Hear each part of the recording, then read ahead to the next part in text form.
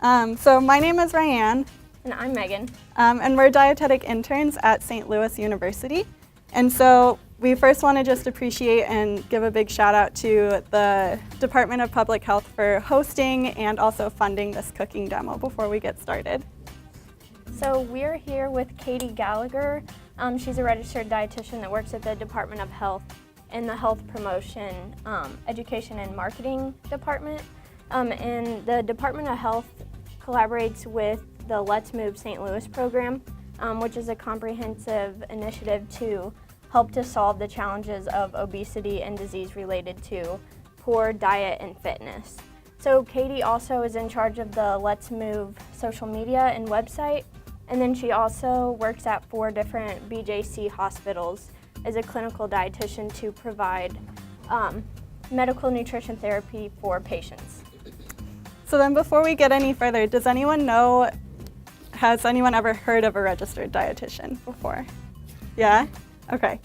So then we kind of gave you like a really good overview of everything that Katie does, but registered dietitians are also in so many other fields, such as disease prevention. They work a lot with actual military, athletics, so we're kind of all over. You can also see us in grocery stores and big corporations as well. So we have 2 recipes that we're going to be doing for you today. The first one is a broccoli hummus. We just start the hummus. Okay, so does anyone like having hummus for a snack or anything? You do? Okay, so it's basically a spread or a dip that is made with cooked ground chickpeas or other beans, and then it's usually blended with tahini, olive oil, garlic, salt, and lemon juice.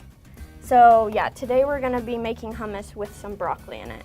Yeah, and so we wanted to do a hummus with things that you might actually just find laying around in your pantry as well as utilizing broccoli, which is actually something that's in season around the St. Louis area in the springtime. So that was kind of our little twist on the hummus.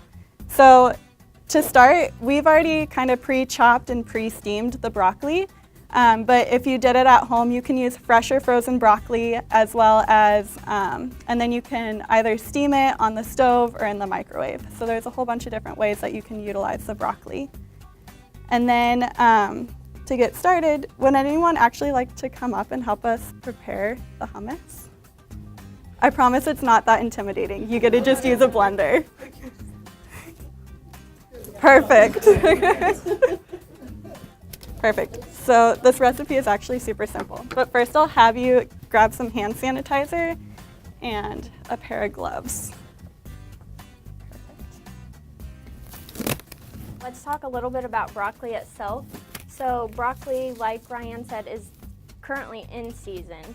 And you can eat that either raw or cooked, and you can cook it using various methods. So like she said, we steam the broccoli today, and you can either use fresh or frozen broccoli to do that. So broccoli is a great source of iron, potassium, fiber, vitamin C, vitamin K, and vitamin B6, and it's also one of the vegetables that's higher in protein. All right, so to get this recipe going, I'll have you take the beans and throw them in the blender. Perfect. And then next we're gonna add the broccoli. Yeah, you can use that.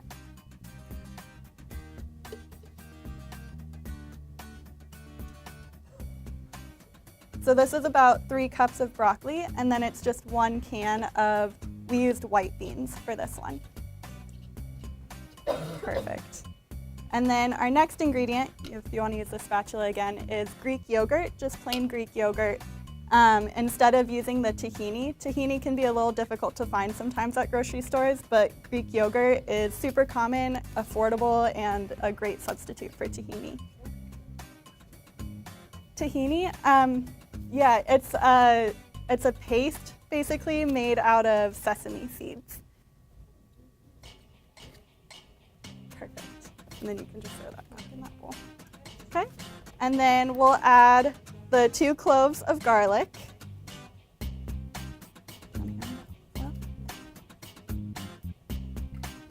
Perfect. And then go ahead and eyeball about like a quarter of a cup. It calls for a good amount of olive oil, but we want enough oil in it to help everything blend together. I'll tell you when to stop. I was like, you got a good amount. Perfect. And then our last thing that we're adding is a little bit of spice, and that's some cumin powder. Perfect. And then we'll throw the lid on here. All right. You can go sit down if I can. Thank you. Yeah.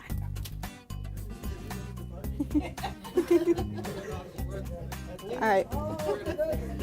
So I'm going to start with just like a little bit of a pulse, so it will be a little loud. Is that on? Possibly. Slight technical difficulties. Should be. There we go.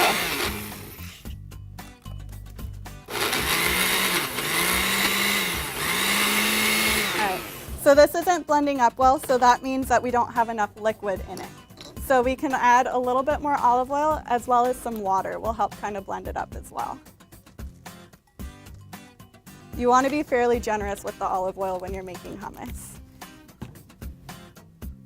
Plus it's full of your healthy fats, which is also a great bonus of a hummus.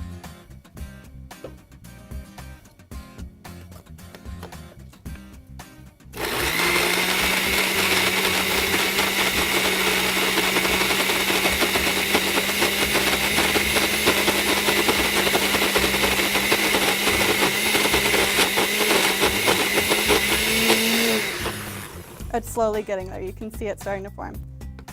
But we can hold off on this and then we'll finish blending it up and then we'll give you guys all samples at the end as well. And we have some pita chips that you can blend it into. So that way we are not wasting all of our time trying to wait for the hummus to blend. But So I just wanted to talk about the vitamin C that's in broccoli as well. So vitamin C is a key nutrient in broccoli, and it's a water-soluble vitamin, which just means that you can't store it in your body, so you have to replenish it each day through your diet.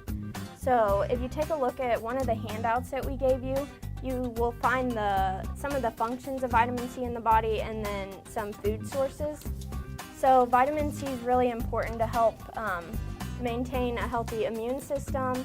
It helps enhance iron absorption, it promotes wound healing, and it acts as an antioxidant to prevent free radical damage. And then you can find vitamin C in strawberries, peaches, oranges, tomatoes, green cabbage, Brussels sprouts, and then of course broccoli. So females age 19 and older need about 75 milligrams per day, and then males need about 90 milligrams per day. And 1 cup of broccoli has 74 milligrams per day in it. So that kind of gives you a better idea of how much that is. So next we're going to move on to the Moroccan fava bean soup. So we kind of stayed in the same realm of that kind of Middle Eastern style cooking. And so we're just going to kind of help walk you through some of the stuff that we're going to be doing with it. So we have already prepared our fava beans because fava beans, if you buy them fresh, they're usually dried beans, and so you have to soak them overnight. So we did already pre-soak the beans, and then we also boiled them as well to kind of start them to cook. And so to do that, you take your soaked beans and you put them into boiling water with a little bit of salt, and you boil them for about 5 minutes. And then immediately after, you drain them and stick them in an ice bath of ice cold water to stop that cooking process. And so here we already have that. But for this recipe, you can either use fresh or frozen fava beans. We have fresh here for you guys. So first we're gonna start with putting about a tablespoon of olive oil in our hot skillet. And then we're gonna call for another audience member volunteer if anyone would like to come up. What was that? They're like a light, like a light beige. Yeah. Sorry, it's kind of hard to see. Yeah. Kind of a light bean. They kind of look like black-eyed peas. And so we've already pre-chopped most of our vegetables, but we do want to go over a little bit of knife safety as well. And so I'm just going to unwrap our carrot here. Perfect. I'm going to have you be cutting the carrot too. So if you want to get some hand sanitizer, some gloves. Yeah, the gloves are kind of hard to get on, so.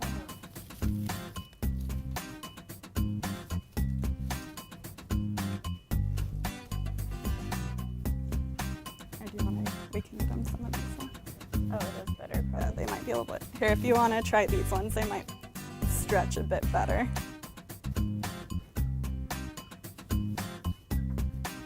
Perfect. So we'll kind of go through knife safety together while he's up here, so that way he can be practicing. But a little bit of a review. So you want to use your 2 fingers here to pinch the blade, and then you're going to use your other 4 free fingers to then wrap around the handle of the blade. And this gives you the, sorry as I'm like waving a knife around, but this gives you the best control of the knife. And so that way it's more of an arm motion of cutting than it is with just your wrist. And then this helps guide the blade a bit better instead of holding it out here. Yeah, so if you want to grab that knife actually. So you're gonna grab your thumb and your index finger are gonna pinch the blade, not too close. There, not trying to cut yourself. Oh no. Let's get you a new pair of gloves. You can. So it's kind of more up at the top is where you want to pinch it, and then wrap your other fingers around. Yeah, there you go. So then I'll show you the first one. But so you want to keep the tip of the knife on the cutting board, and then just guide down. And so that was the end of the carrot, so we won't use that. But then it's just a slow, kind of steady motion to just chop it into little chunks. So I'll let you go ahead and practice. Slow and steady.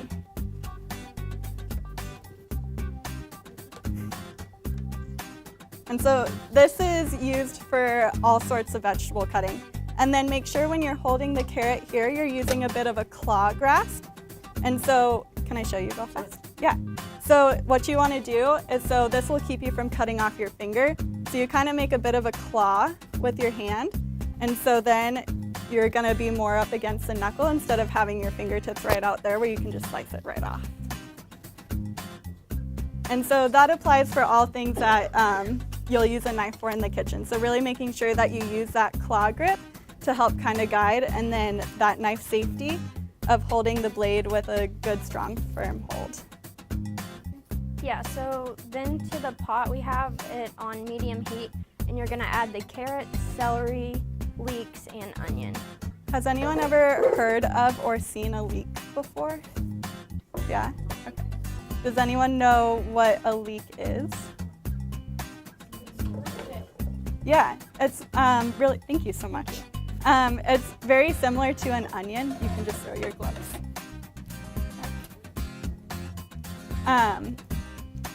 So yeah, it's really similar to an onion. Yeah. Yeah. If you guys have seen like green onions, how it kind of has that kind of stem part to it, that's really similar to what a leek looks like. It's just a little bit bigger.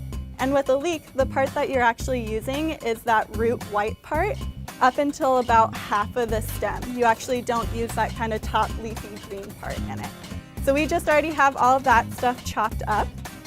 And so then while Megan is stirring all of our veggies, we just want to talk a little bit about, we really want to highlight the fava beans, because these are also something that's local and in season within the St. Louis and Missouri area in the springtime. And so fava beans are a great source of lean protein.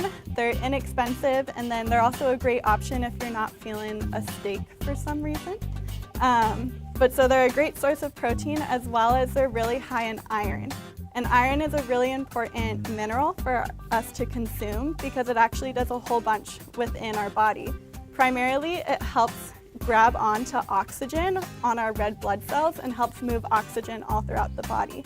And we kind of highlighted a few of the other things that iron is a key part of in our bodily functions. And so iron is found in a lot of other foods as well, such as a lot of your animal sources of food. So your steak and your chicken, your poultry, as well as your fish. And then it's recommended that adult women need about 18 milligrams per day compared to men who only need 8 milligrams per day. And then in about 1 cup of fava beans, there's 2 milligrams. So that just kind of gives a little bit of an idea. And then women significantly need a higher amount of iron per day than men. So we have these veggies going, and then once they get to be a little bit tender, then we're gonna add the fava beans, potatoes, this other thing, salt, water, and turnips. Yes. And then we're going to boil those for about 45 minutes. We'll boil them and then turn it down and simmer for about 45 minutes, but since we don't have that long today, we already have some soup prepared to that stage. Would anyone like to come up and pour the rest of the ingredients into the pot?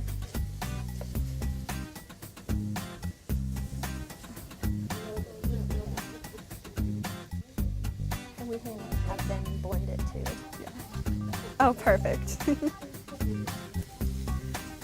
We appreciate you guys coming and interacting with us. So go ahead, grab a little bit of hand sanitizer here, and I'll get you some gloves.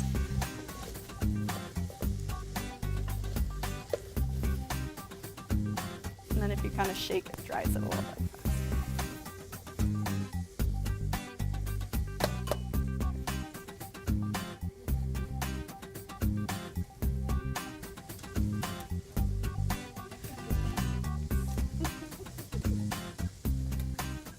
I know, they're kind of tricky to get on.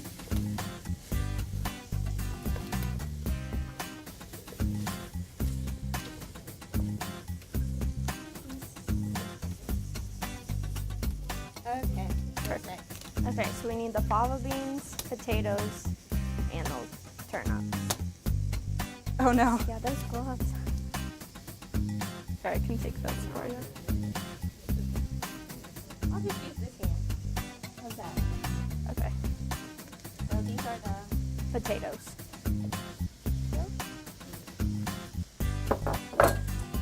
Then the fava beans. They look really like our peas, guys. Yeah. These are the Yeah, or the Turnips. turnips. Yep. And then turnips are another root vegetable as well. Okay. And then we need the water and then just a little bit of salt. Yeah.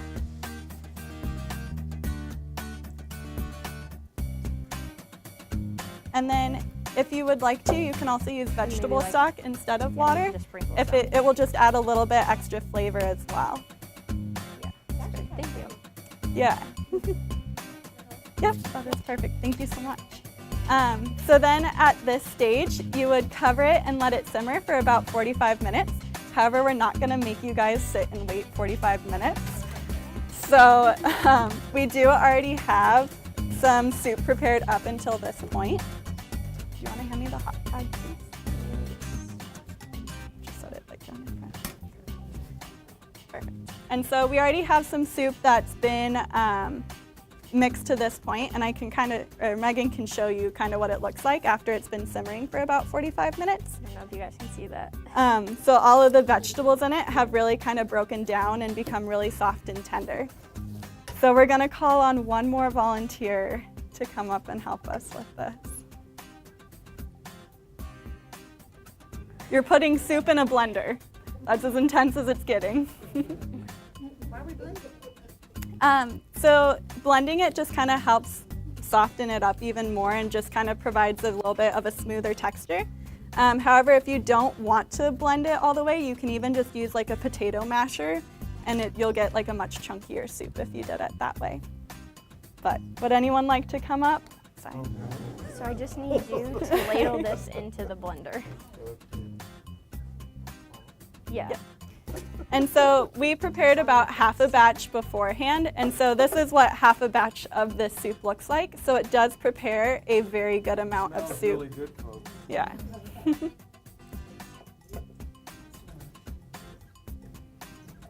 And so if you were making a whole batch at home, it would be beneficial to break this up into batches when you're blending it. So just having a separate bowl, and then that way you can pour out what's already been blended.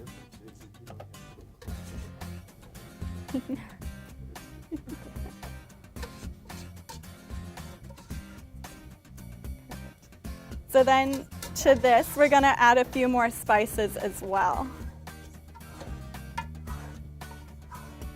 Perfect. Okay, and then if you want to add the turmeric to that. Yeah. So this is turmeric. And turmeric has great antioxidant benefits to it as well. So it's actually being used to look at for maybe preventing cancer, helps your immune system. So there's a lot of benefits to using turmeric. Yes. Okay, yeah. Thank you so much. So then we'll throw the lid on.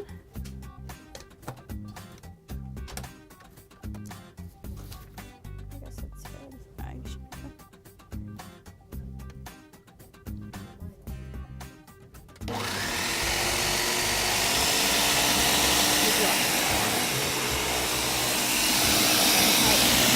You're fine. You can leave it on.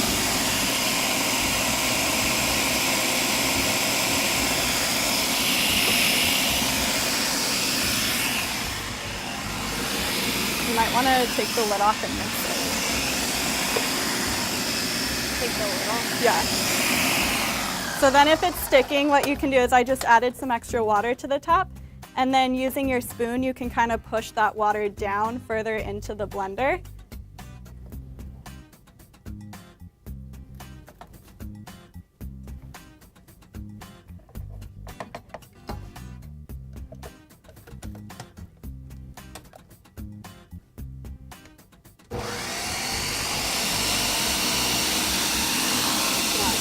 Do you want to throw the spoon in there? Okay, you can hold off. So apparently our blenders don't really want to work today.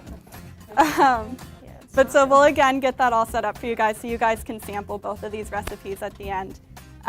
But so just kind of we want to wrap it up with kind of just going over a little bit of what does vitamin C do for us. Can anyone tell me what the importance of vitamin C is? It does, yeah.